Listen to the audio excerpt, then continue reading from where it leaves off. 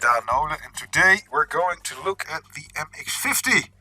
Ta-da! The MX50 is a legendary video mixer. It cannot be overstated how important this machine was for the early VJ culture. It was seen on the original Love Parade in Berlin, it was seen on the original Mayday parties, and I know for a fact that it was used both in Europe and in America to do the first real VJ shows. It was actually set up as a editing machine, so it would have been an early days Premiere or something. But VJs started to use it to do live mixing on parties and other venues.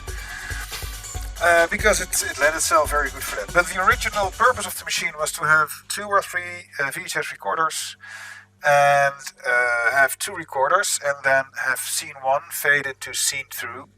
So VHS 1 on VHS 2 and record that in VHS 3. Now, that's not how it was used by VJs. They of course had several input sources, usually also VCRs, hooked up here into the sources, which you can switch. So, 4 sources and 2 channels, A and B. You can fade from source A to source B. You see it happening over there. Maybe you can change it around. So now the color bar is on the bottom and the girl is on top, and the other way around. You can have it your own way. So that's a very basic fading. I have 4 forces also connected. In my case, I have a this a desktop computer running Resolume. I have an actual VCR running. Let's see, it's also running. I can press play. And then it will start running a recording that I did earlier. So I'll just put it on pause real quick. And then I have another computer also running Resolume, and I have my mods deck, which is standard for the machine, the MX50. I can fade from A to B, and I can switch every source to every channel. Does that make sense? That does make sense, I think.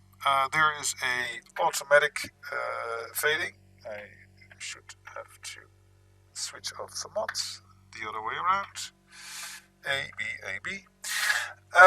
And there are different kind of mixes. So this is default that you're looking at right now. I can also do numb mixing, and it's hard to see what's actually happening here.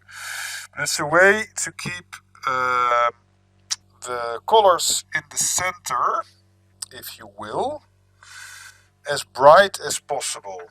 So here you can see the colors are kind of dull, kind of grayish, and here they're more bright, and it's also almost like a luma key, where the mixer trying to get as much brightness in there as you will, as you can have, and which is very interesting for VJs because the projectors of those days were pretty bad. And it was very nice if you could actually have more light. So, mix num.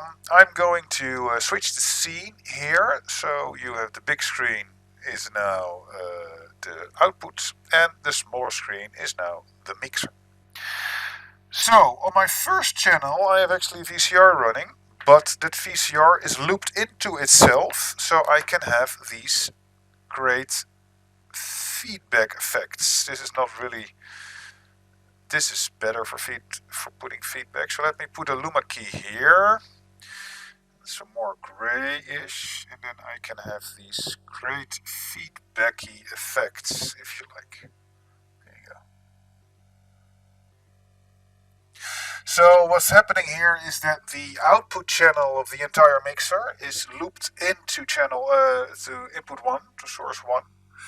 And then displayed out again. So I have the signal in going over the signal out, going over the signal in, which gives you all these feedback lines because I'm inputting the output into the input. Ha!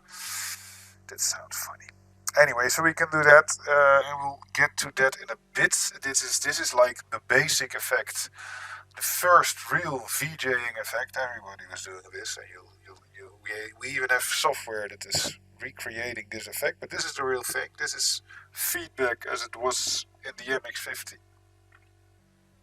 I go back to mixing. I already told you we have like this num mix. This mixing keys that was already available on the machine here in the late 80s. There you go. This is the slicing, and we have also a chroma key if you want. Switch it, so we can have a chroma key. So now I can say I want the blue gone, and I want all the blue going, or something blue. I actually am cycling through the colors that are now faded. Maybe it's a little hard to see, but it's working. Anyway, back to the mixes. So I'm mixing through between this and this now, but I have switched on my wipe pattern. I like it. See me wiping like that. One time and up time. I can also do one-way wiping, so it always starts at the left. Now I can do soft border wiping. Soft border, hard, soft, hard, soft. There are compression, which doesn't really show anything. You can also have different angles to wipe, so you have to go, it goes around.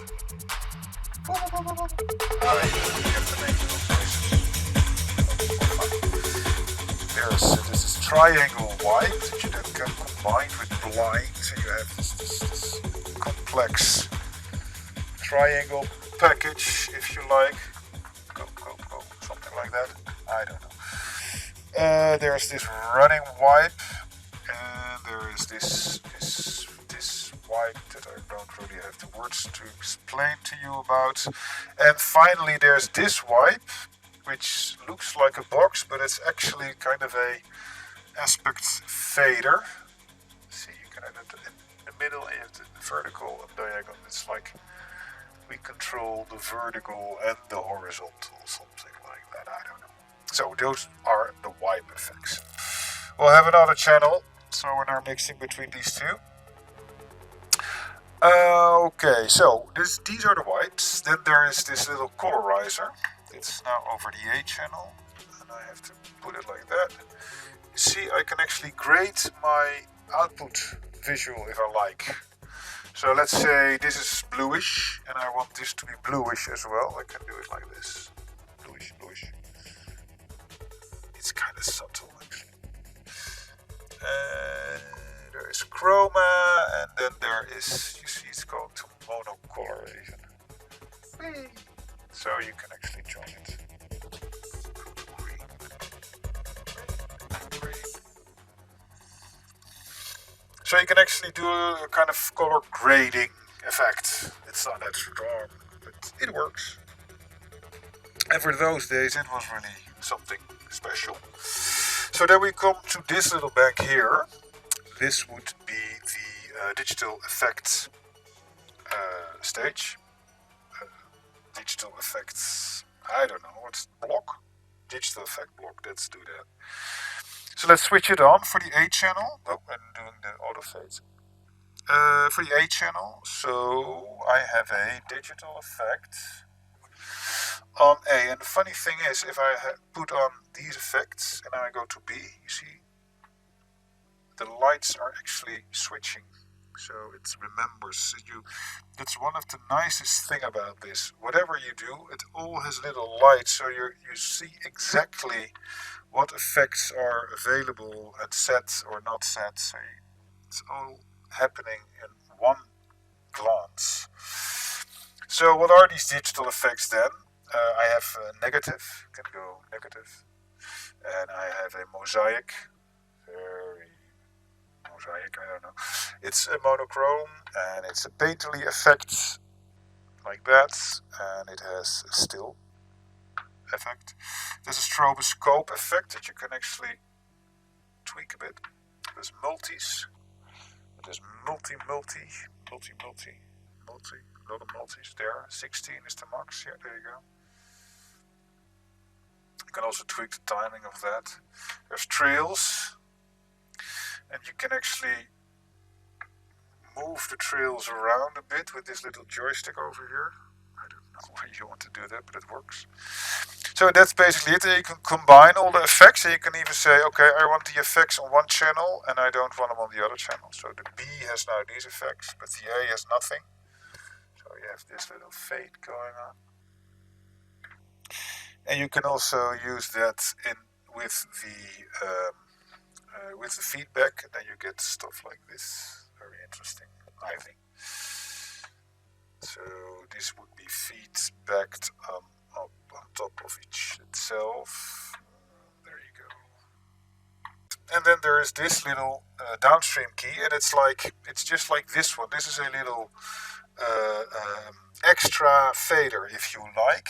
So I have my fades here, and then I have another fade here, and I can fade it, for instance, to black. So this fades regularly. Let's have it halfway, and then I can fade everything. Oops. Then I can fade everything to black. Or I can fade everything to black. I can fade everything to B, if I want. So you see, I'm now fading between the halfway point and nothing. The halfway point and channel B. Or I can fade the halfway point and channel A, the halfway point and channel B, the halfway point and channel A, halfway point and white, the halfway point and black. So it's like the secondary key. Well, just like I have a secondary key here, a secondary fader here, I have a secondary key here. I can actually say, okay, I want channel A to be filled extra keyed and I need to switch it on to white. So I have now on A, I have this extra white key. It's not that nice, but whatever. See, and it stays on. It's like a key over everything, hey. On top of everything. Sorry, that was Dutch. And I can actually move it around a little bit. You see, it's the nice thing about it is that it has this. It's edgy. I can actually. It has two faders, and one always takes the down one with it. But you can move those edges around to the entire spectrum. We did this with pixel effects back in the 90s, but young kids won't remember. And you can combine this again with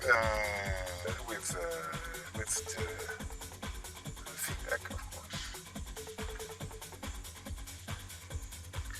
In that case, I would have to switch it to B. I need to have the feedback on. There you go. Look at that.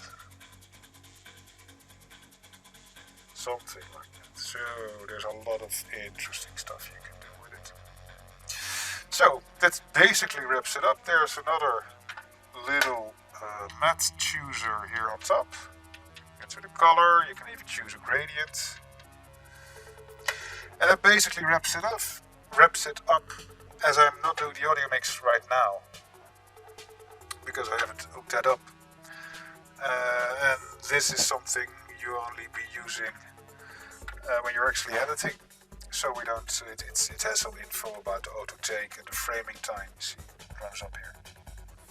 The auto fade, this one. So you can actually have this set up. It doesn't really help you, to be honest. But really, no, that wraps it up. That is what this machine is capable of, and it's a lot of fun to actually work with. So I hope it helped, and I think if you're doing tutorials on mixing, you ought to start with this machine, because it's really the starting point of everything VJ. So thank you very much, and happy mixing.